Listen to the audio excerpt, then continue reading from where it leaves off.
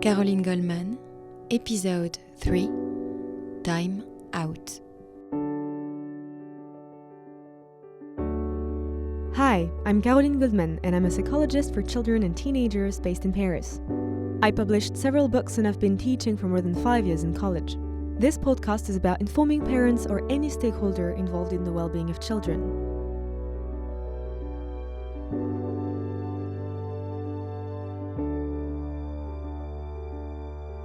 Child psychiatry has witnessed an explosion in behavioral problems over the past 6 to 7 years.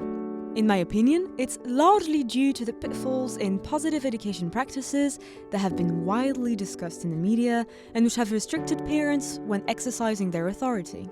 I agree with Claude Halmos, who has spoken of an industry of parental guilt tripping. In the previous episode, I explained my criticism of this positive education trend. It is a criticism widely shared by contemporary child psychiatrists who witness its deleterious effects on their patients every day. So, if the principles of positive education don't work, what do we do when a child challenges the boundaries? How do you educate them without using violence or being too lenient? In my opinion, the solution can be summed up in 2 words: time out.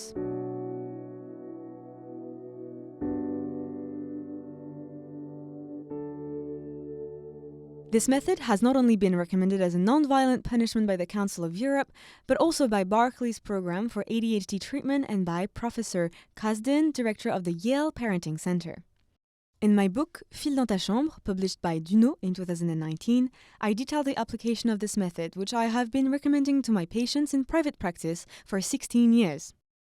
Here are the elements of my roadmap for establishing educational boundaries with children between the age of 1 and 11. There is another one for teenagers from the age of 12 with no age limit. Well, until they no longer live with you, let's say. Here are the typical acts of disobedience in childhood, which should be prohibited gradually after the age of 1. From around a year old.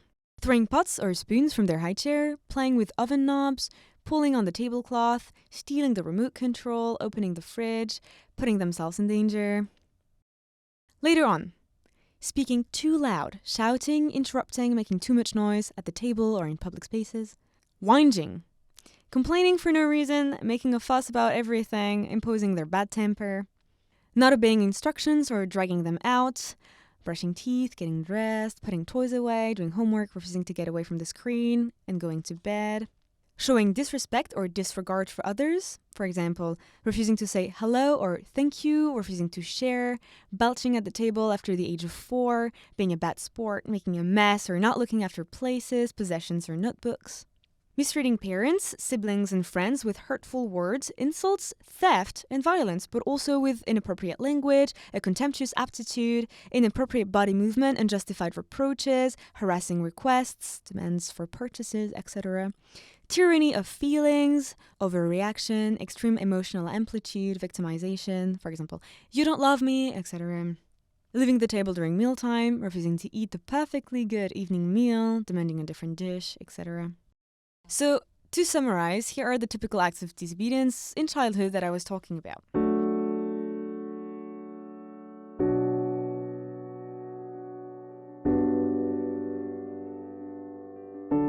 And here are the main principles of my roadmap for re-establishing the roles of parents and children in the family home. First, let's set the ground rules.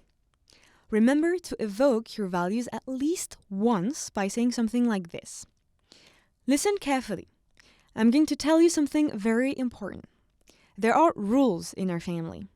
Nobody hits, bothers, or hurts each other. Everyone respects each other and, if possible, loves and supports each other.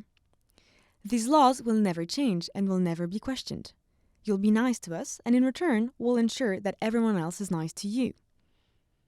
As a general rule, in everyday life, show your child a better way of negotiating their aggression. For example, by saying things like, give your sister a kiss and tell her you're pleased to see her so happy with her present. Congratulate your friend on their success. Ask them how they're doing and if they need any help. Offer to serve the guests. Help me come up with an idea for a surprise for mom, etc. Secondly, bear in mind that your child's disobedience in no way defines him or her. No child is born difficult, and they all fundamentally aspire to be good children who are wise, peaceful, socially adapted, and loved by others. They are simply carrying out their role as a child and testing your limits, which they need in order to grow up. This stage of development is universal and healthy. It's up to you to honor this calling. They will then move on to other areas of development like social seduction, for example. The involvement of the second parent is crucial here, as opposed to the mother-child bond, which was traditionally more regressive and fusional, therefore stimulating. Their position, often a little more removed from everyday life, enables them to embody the law and intimidate the child more. In this respect, their presence at dinner, a key moment for educational purposes, will be particularly important. In their absence, the mother can help to give the second parent this symbolic function. For example, "I'll tell Dad what you've just done." It is worth remembering that any third party invested by the mother is likely to take on this role. When they disobey, I advise you can do the following. Remain stoic and unyielding, like a giraffe faced with an ant. Do not hit, do not threaten with violence, do not shout. This excites their aggression even more and would therefore be counterproductive, and you can't lose your control in front of them while at the same time ordering them to calm down. Don't make idle threats that you can't keep, so as not to lose your credibility. Don't undermine their self-esteem by saying, for example, "You're unbearable, you're wearing us out," etc. Why? Because it's pointless and unfair. They've taken up the space you've given them, and they have identified with your responses, or non-responses, which were too stimulating to their past disobediences, and also because you're responsible for building their self-esteem. Between 1 and 2 years old, look at them in the eyes. If they are small, kneel down to their level. Explain the rules calmly but firmly. No more than 3 times for each transgression. After that, there's no point in repeating them because mastering information has unfortunately never been enough to make a child behave. It's unfortunately only through frustration that rules are integrated. Warn them that if they do it again, they will be punished in their room. If they are more than 2 years old, announce simply, "Stop or you're going out," or "I'm counting to 3. If they continue, send them immediately to their room or any other room away from the common area without a screen. Save your words and close the door. Never lock it. Forbid them from leaving. "You have disobeyed me. I will come and get you when the punishment is over." Go and fetch them after a period of time proportionate to the disobedience. The limits will be then integrated, sometimes with a few tears. If they don't obey when the punishment is being carried out, refusing to go in, tempted to leave, calling out to you, shouting, banging on the door, making too much noise, throwing their toys on the wall, etc., your only argument for a return to calm should be to extend the exclusion time and nothing else. If you disobey me during the punishment, you'll stay in your room even longer. The system avoids an escalation of repressive violence, hitting, shouting, incessant repetition, threats, general irritation, and parental exhaustion. It works perfectly well, while respecting your child's psychological and physical integrity. No negotiation, discussion, or justification of the boundary should be yielded to them. If they start to reproach you for your attitude, distance yourself from their words. They are simply testing their power without really knowing what it means, and immediately break off their approach. You can do as you like when you become a parent. For the moment, I am the adult. Don't specify the exclusion period if it starts to become the subject of a debate. Don't pay any attention to the fact that they show satisfaction going to their room. That is not so surprising if you consider that they have reached the limit they were looking for. And don't force them to come out when the punishment is lifted, unless of course they have to for a reason. Just open the door and say that it's over. Remember that your child's disobedience should have consequences for them, not for you. Adopt a powerful, unchanging, confident, and calm stance, like a giraffe. They disobey, they pay the price. It's their problem, and there's no reason why it should affect you personally. Don't give them this power over you. It will make them feel insecure. What is happening is between them and them only. You are simply the tool that gives them the means to learn to regulate themselves. If necessary, use deferred punishment on the way home from a walk, the next morning, in the evening, on the way home from school, and after the age of 3 until the following Sunday, for example. But you must stick with it.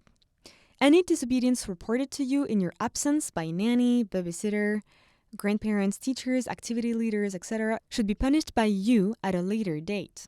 Your child must feel that they are accountable to you, even in your absence, and that you are the guardians of their impulses.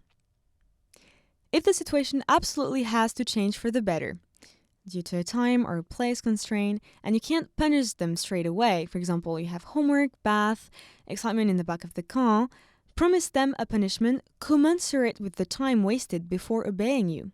All the time you spend shouting or not working will be doubled in punishment time once you've arrived home after homework is finished.